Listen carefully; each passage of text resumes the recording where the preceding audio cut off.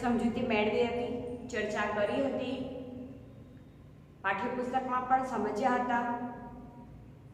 હવે આપણે સ્વાધ્યાય કરવાનું છે. તો પહેલો પ્રશ્ન છે ખાલી જગ્યા પૂરો. જોઈએ ખાલી જગ્યા. જે ક્ષેત્રની પેદાશો અને ઔદ્યોગિક ઉત્પાદન માટે કાચો માલ પૂરો પાડે છે તે ખાલી જગ્યા ક્ષેત્રની પ્રવૃત્તિ કહેવાય. તો જવાબ આવશે પ્રાથમિક.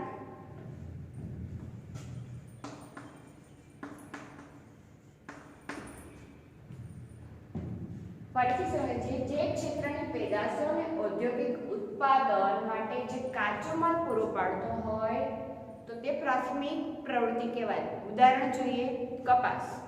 તો એ કપાસ કાચો માલ છે, પછી તેના પર પ્રક્રિયા કરવામાં આવે અને કાપડ બને તે દ્વિતીય ક્ષેત્રની થઈ. મનોરંજન છે, માર્ગ પરિવહન, શિક્ષા, આરોગ્ય, તો એ સેવા ક્ષેત્રમાં આવશે. એ સેવા ક્ષેત્રની પ્રવૃત્તિ કહેવાય. આપણે એ પાઠ દ્વારા આપણે સમજ્યા હતા. હવે આપણે આગળની ખાલી જગ્યા જોઈએ. જે ઉદ્યોગોની માલિકી અને સંચાલન ખાનગી લોકોના હાથમાં હોય તો ખાલી જગ્યા ક્ષેત્રના ઉદ્યોગો કહેવાય છે. તો જવાબ આવશે ખાનગી ક્ષેત્ર.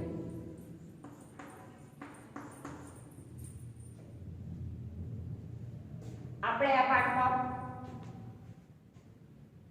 પ્રાથમિક ક્ષેત્રો, સેવા ક્ષેત્રો અને દ્વિતીય ક્ષેત્ર વિશે સમજ્યા હતા કે એમાં કયા કયા ઉદ્યોગોનો સમાવેશ કરવામાં આવ્યો છે. કે પ્રાથમિક ક્ષેત્રમાં કયા છે તો કાચો માલ જે છે તો ચામડું, હાડકા, દૂધ, માંસ જે પ્રાણીઓ પાસેથી મળે છે તો એ કાચો માલ છે. બરાબર છે? તે એ પ્રાથમિક ક્ષેત્રમાં આવે. દ્વિતીય ક્ષેત્રમાં આવતા જે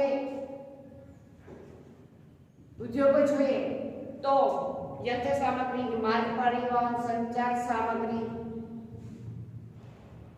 સંરક્ષણ સામગ્રી ઉદ્યોગો જે હોય, મોટા ઉદ્યોગો, રંગ રસાયણો છે, તો આ બધા જે છે તે દ્વિતીય ક્ષેત્રમાં સમાવેશ કરવામાં આવશે. અને સેવા ક્ષેત્રની વાત કરીએ તો આપણે હમણાં જ માહિતી મેળવી કે ગેસ, આપણે ઘરમાં લાઈન હોય છે, ગેસની લાઈન હોય છે, વીજળી વાપરીએ છીએ, મનોરંજનના જે કંઈ સાધનો હોય કે મનોરંજન કરીએ તો એ સેવા ક્ષેત્રમાં સમાવેશ કરવામાં આવે છે. આગળની ખાલી જગ્યા છે ત્રીજી. ભારત સરકારે આર્થિક ઉદારીકરણની નીતિ ઈસવીસન ખાલી જગ્યામાં અમલમાં મૂકી. તો 1991 આર્થિક ઉદારીકરણની નીતિ ઈસવીસન 1991માં અમલમાં મૂકી. જેથી શું થયું? ઉદ્યોગ ધંધા વેપારનો વિકાસ થયો અને વધ્યો એવું કહી શકાય. અને જે ઉદ્યોગો વેપાર ધંધાઓ પર નિયંત્રણો હતા તે નિયંત્રણો દૂર કર્યા જેથી રોજગાર વિકાસ પામે. એટલે કે ઉદ્યોગોનો વિકાસ થયો અને જેને ઉદ્યોગો શરૂ કરવા હતા તે પણ સરળતાથી ઉદ્યોગો શરૂ કરી શકે એવી ઉદારીકરણ નીતિ અપનાવી. ક્યારે? 1991. હવે ચોથી ખાલી જગ્યા જોઈએ. જે ઉદ્યોગોની માલિકી અને સરકારના સંચાલન હેઠળ હોય તે ખાલી જગ્યા ક્ષેત્રના ઉદ્યોગો કહેવાય. એટલે કે જે સરકાર જ ચલાવતી હોય, સરકારનું સંચાલન હોય, વહીવટ બધું સરકાર કરતી હોય તે ઉદ્યોગો કેવા કહેવાય? તો જવાબ આવશે જાહેર ક્ષેત્રના. જે સરકાર હસ્તક હોય છે તો એ જાહેર ક્ષેત્રના ઉદ્યોગો કહેવાય છે. પાંચમું જોઈએ WTO, વિશ્વ વ્યાપાર સંગઠન, જેનું પૂરું નામ છે, તેની સ્થાપના ખાલી જગ્યામાં થઈ હતી. એટલે કે આપણે સાલ લખવાનું છે તો 1995. છઠ્ઠી ખાલી જગ્યા જોઈએ. ખાલી જગ્યા સાહસ ખાનગીકરણનો જ એક ભાગ છે. તો જવાબ આવશે સંયુક્ત સાહસ.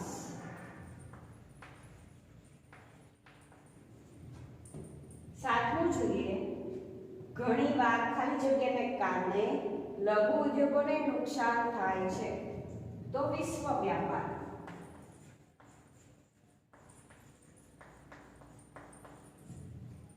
વિશ્વ વ્યાપાર, વિશ્વ એકીકરણ, વિશ્વ એક બન્યું છે એટલે કે એકબીજાની નજીક આવ્યા છે. ઉદ્યોગ ધંધા એના કારણે વધ્યા છે. આપણે ઉદાહરણ પણ જોયું હતું જે આપણા ભારતમાં ફોર્ડની ગાડીઓ વેચાય છે, કાર વેચાય છે, તે વિદેશની છે, બરાબર છે. તે ભારતમાં વેચાય છે, ભારત માટે બને છે એવું નથી, વિશ્વના દેશોમાં પણ વેચાય છે. પરંતુ યજમાન દેશ આપણો ભારત છે, તો ભારત દેશને તેનો લાભ તો મળે જ છે, બરાબર. તો વિશ્વ એક બન્યું છે. અહીંના ઉદ્યોગોનું જે કાંઈ હોય છે તે વિશ્વની માનતા હોય છે કે અમારા આ પાર્ટ જોઈએ છે, ઉદ્યોગમાં આ પાર્ટ જોઈએ છે, તો ભારતમાંથી મંગાવો. અને અમુક વસ્તુ એવી હોય છે કે આપણે પણ વિદેશમાંથી મંગાવવી પડતી હોય છે. પરંતુ ક્યારેક એવું બને કે ઘણીવાર વિશ્વ વ્યાપારને કારણે લઘુ ઉદ્યોગોને નુકસાન થાય છે. તો એનું એક ઉદાહરણ હતું કે ચીની કંપની છે ભારતના બજારમાં ચીની રમકડા મૂક્યા જે નવી ડિઝાઇન અને આકર્ષક હોય છે, ભાવ પણ ઓછો હોય છે. તેથી શું થાય, એનું માર્કેટ ગરમ હોય એટલે મીન્સ કે એનો રમકડા વધારે વેચાતા હોય છે.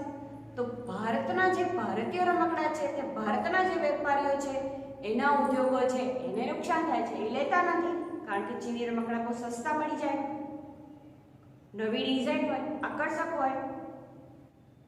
તો આ નુકસાન કોને છે? જે ભારતના રમકડા વેચતા હોય એ જે ઉદ્યોગો હોય એને નુકસાન થાય છે. એટલે ઘણીવાર વિશ્વ વ્યાપારને કારણે લઘુ ઉદ્યોગોને નુકસાન થાય છે. તમને પણ ખબર છે કે ચીની રમકડા મળે છે જે ભારતીય બજાર નરમ કરી નાખ્યું છે. ઓકે, ચલો હવે આપણે આગળ જોઈએ. જોડકા જોડો. અહીં અ વિભાગ છે, અહીં બ વિભાગ છે. આપણે એને જોડકા જોડવાના છે. સીધા જવાબ તરફ જઈએ. સિંચાઈ વગરની જમીન. તો શું જવાબ આવશે? સરકાર દ્વારા નહેરોનું નિર્માણ. તો એ જવાબ આપણે લખીશું 4 આવશે. બીજું, પાકોનું ઓછું વળતર. પાકોનું ઓછું વળતર. બીજું, તો બીજામાં ત્રીજું હશે સરકાર દ્વારા ખાતરની ખરીદી. તો અહીં આપણે લખીશું 3. ત્રીજું, દેવાનો ભાર. તો ત્રીજામાં જવાબ આવશે દેવું વધી છે તો આપણે શું કરીએ?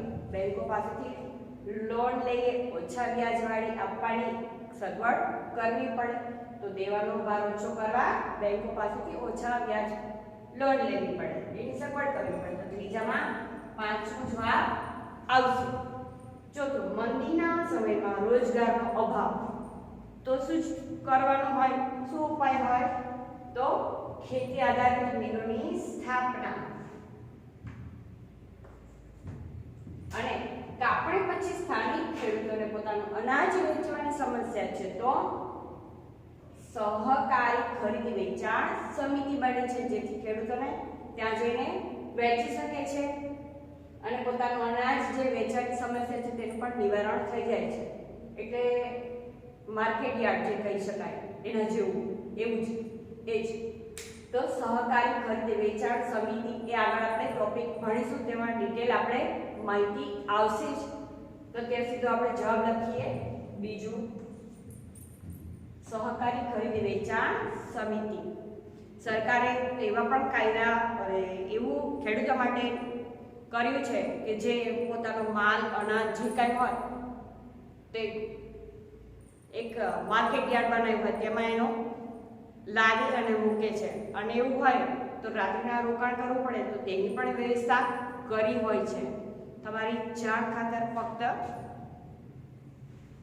ઓકે, હવે આપણે આગળનો પ્રશ્ન જોઈએ.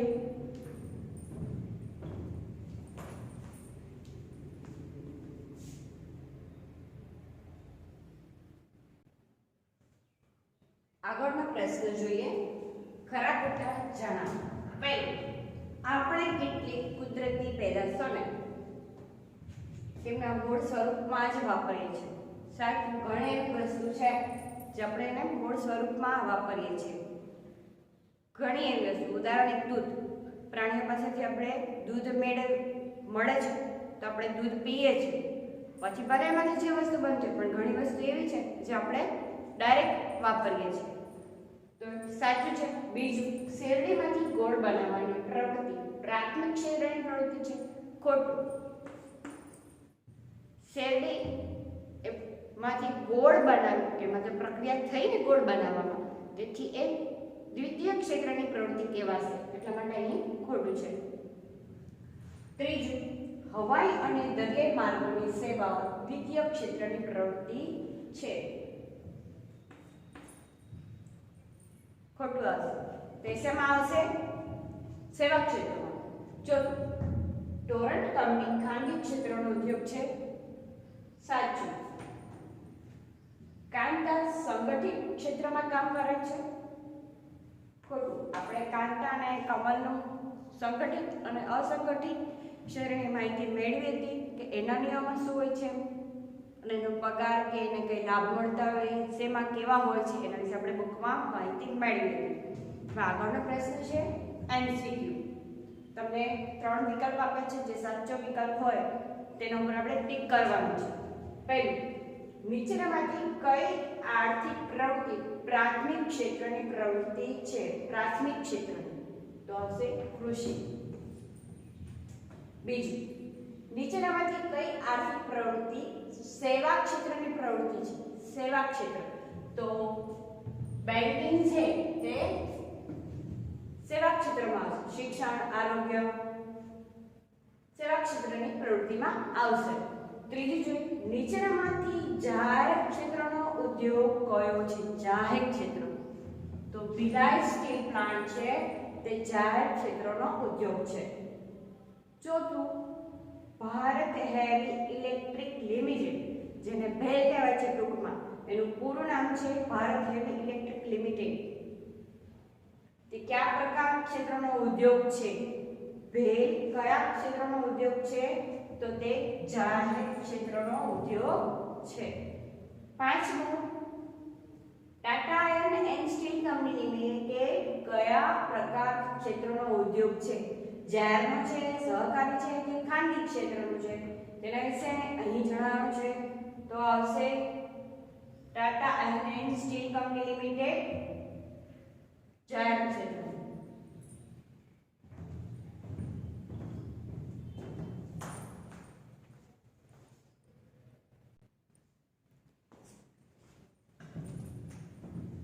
Tata iron and steel company limited કયા પ્રકાર ક્ષેત્રનો ઉદ્યોગ છે?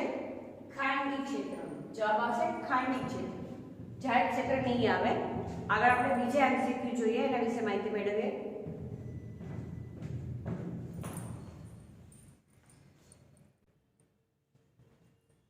આગળના MCQ જોઈએ. જાહેર ક્ષેત્ર અથવા સરકારની માલિકીના સાહસો ખાનગી માલિકોને જે સોંપવાની પ્રક્રિયા છે એટલે શું? તો જવાબ આવશે ખાનગીકરણ. આગળનું જો, મહેસાણાની દૂધ સાગર ડેરી છે તે કયા પ્રકારના ક્ષેત્રનો ઉદ્યોગ છે? તો સહકારી આવશે. સરકારની કઈ નીતિથી એકબીજા દેશના બજારો અને ઉત્પાદનમાં એકીકરણ થઈ રહ્યું છે? તો જવાબ આવશે વૈશ્વિકીકરણ. એકબીજા દેશોની નજીક આવવું, એક થવું એટલે એકીકરણ, વિશ્વનું એકીકરણ. નીચેના પૈકી કઈ કંપનીએ વિશ્વ સ્તરના બજારોમાં પોતાનું સ્થાન જમાવ્યું છે? એટલે અહીંયા ભારતની જ વાત કરી છે અને અહીંયા આપણને ઓપ્શન આપેલા છે. તો જવાબ આવશે એશિયન પેઇન્ટ્સ. હવે આપણો આગળનો પ્રશ્ન એવો છે કે સંગઠિત અને અસંગઠિત ક્ષેત્રમાં જે લાગુ પડતું હોય, એટલે કે ઉદાહરણો અહીં આપ્યા છે તેનું વર્ગીકરણ કરવાનું છે. એટલે કે આપણે લખવાનું છે કે આ કામ છે તે સંગઠિત ક્ષેત્રનું છે કે અસંગઠિત ક્ષેત્રનું છે. આપણે પાઠ્યપુસ્તક દ્વારા પણ આપણે સમજ્યા જ હતા, ફરી સમજી લઈએ. પહેલું, શિક્ષક છે તે જવાબ શું આવશે? સંગઠિત ક્ષેત્ર.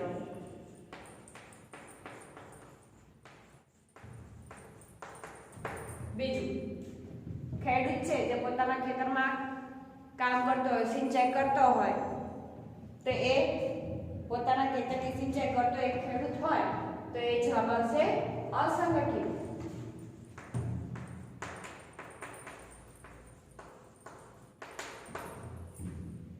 ડોક્ટર અસંગઠિત ક્ષેત્ર.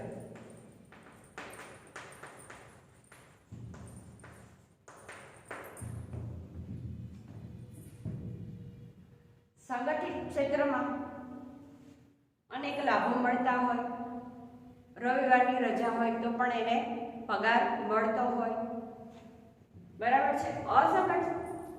અસંગઠિત ક્ષેત્રમાં કેવું હોય, જે દિવસે કામ પર જાય તે દિવસે જેને પૈસા મળે, જે દિવસે ના જાય તે દિવસે એને પૈસા ના મળે, અને તેને કોઈ ભવિષ્ય નિધિ કે બીજા કોઈ ભથ્થા એને મળતા નથી, તેમને નિમણૂક પત્ર પણ આપવામાં આવતો નથી. સંગઠિત ક્ષેત્રમાં કરતા હોય કામ તેને નિમણૂક પત્ર આપવામાં આવ્યો હોય છે અને તેને બીજા ભથ્થા પણ મળતા હોય છે.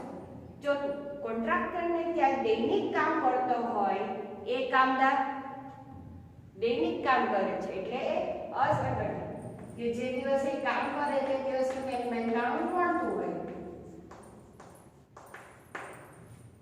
હવે મોટા કારખાનામાં કામ કરતો જતો એક કામદાર તો કે સંગઠિત ક્ષેત્ર.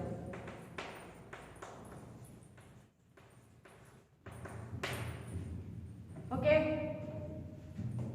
અહીં આપણે આ સ્વાધ્યાય કર્યું, હજી પણ સ્વાધ્યાય આપણે કરવાનું બાકી છે. ફરી મળીશું. Okay, thank you.